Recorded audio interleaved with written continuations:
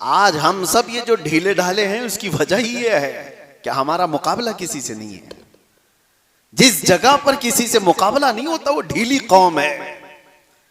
उसे किसी भी चीज से अपने मुकाबले की ताकत का अंदाजा ही नहीं होता।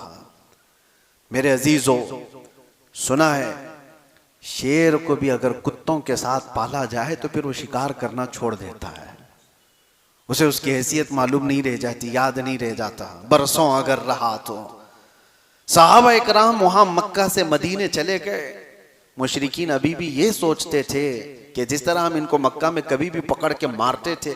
एक साहबी है जिनको 16 साल तक कैद में रखा था इन्होंने, जंजीरों से बांध करके, वो जुल्म ढाए थे।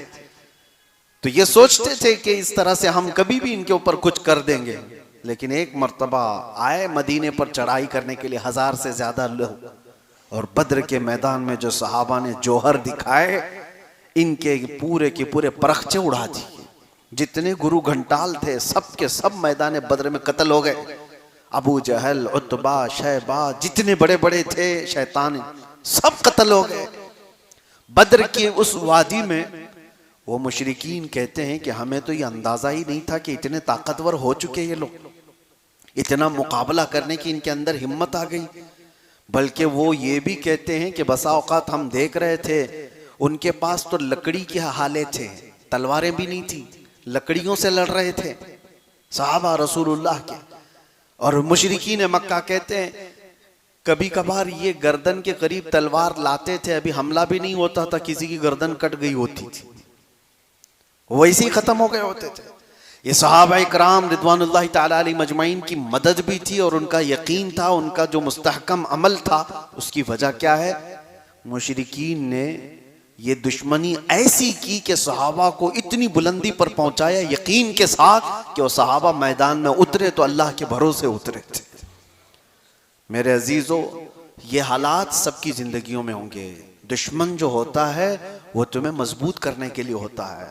एक बुजुर्ग ने फरमाया था, बुजुर्ग बैठे हुए थे और अचानक वो दुआ करने लगे कि अल्लाह ये दुश्मनों को सलामत रखे, ये भी नियामत है।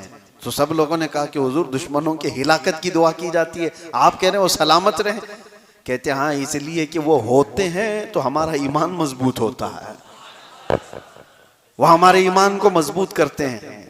और हत्ता के उस बुजुर्ग ने फरमाया अगर ये ना हो तो हमें शहादत का दर्जा कहाँ से मिले, गाजी का दर्जा कहाँ से मिले? इनके साथ मुकाबला हो तो ही ये सब मामलात हैं, कोई हो ही ना तो फिर कहाँ से हमें ये सब नियामतें मिलेंगी? बहरहाल उनका अपना कॉन्सेप्ट, उनका अपना तस्वुर।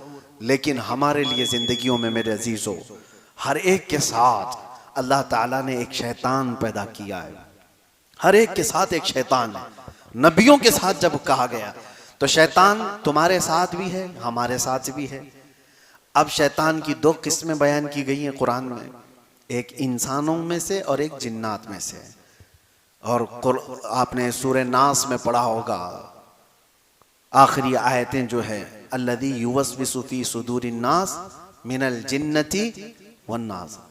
उस शैतान से अल्लाह की पनाह जो लोगों के सीनों में, दिलों में वसवसे पैदा करता है, वो कौन है? मिनल जिन्नति वन्नास, जिन्नात में से और इंसानों में से।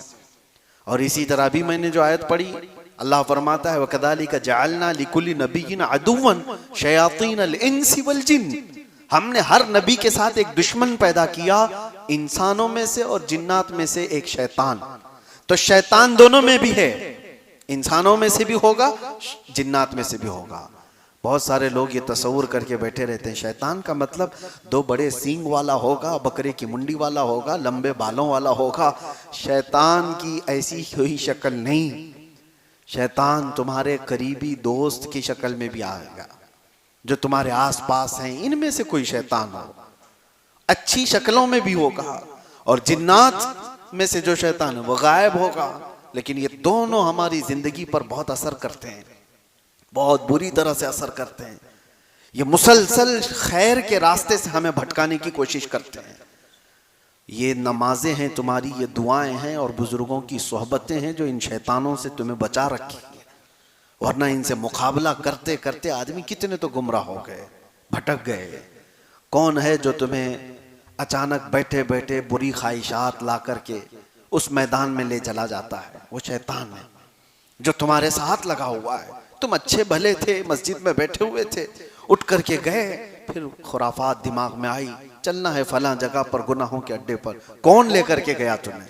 दो, या तो एक गायब लेकर के जा रहा होगा, या तो एक कोई हाजिर होगा। हाजिर होगा तो तुम्हारा दोस्त होगा, गायब होगा तो जिन होगा। ये दोनों में से कोई एक तुम्हें लेकर के जा रहा है और तुम भटक गए, बहक गए। मेरे अजीजों, इनसे मुकाबला करने के ही लिए इस दुनिया में हमें भेजा गया। और अल्लाह ताला कुरान पाक में यूं फरमाता है, इहबितू फइन्न लकुम मा सअलतुम। नहीं, पहले पारे की आयत है। अल्लाह तबारक व तआला यूं इरशाद फरमाता है, आदम अलैहिस्सलाम और हज़रत हव्वा को जब जन्नत से उतारा गया था, अल्लाह ताला फरमाता है, वलकुम फिल अर्दि मुस्तक़र्रुन व मताउन इला हीन। तुम्हारे लिए एक मुकर्ररा मुद्दत तक यहाँ पर हम भेज रहे हैं दुनिया में, और हर एक को एक का दुश्मन बना करके भेज रहे हैं। यानी शैतान को इंसान का दुश्मन बना करके भेजा गया है। इससे मुकाबला करते रहो और वापस तुम्हें हमारे पास आना है और हम तुम्हारे अमाल का सवाल करेंगे। यहाँ हमें जो भेजा गया है, मुसलसल हर दिन हम लड़ाई में मौजूद हैं, हर दिन हम लड़ाई में हैं। अपने जहन में मौजूद ख्यालात से लड़ रहे हैं, अपने आसपास के हालात से लड़ रहे हैं। और अगर ये दुश्मन ना होता तो आप अल्लाह की ज़ात पर यकीन कैसे करते? उसकी बारगाह में झुकने की और दौड़ करके आने की आपके अंदर जो तमन्ना है वो कहाँ रह जाती? इसीलिए मैंने शुरू में ही कहा, अगर दुश्मन ना हो तो आदमी ढीला पड़ जाता है और उसे किसी चीज़ की हाजत ही नहीं रहती, ज़रूरत ही नहीं होती।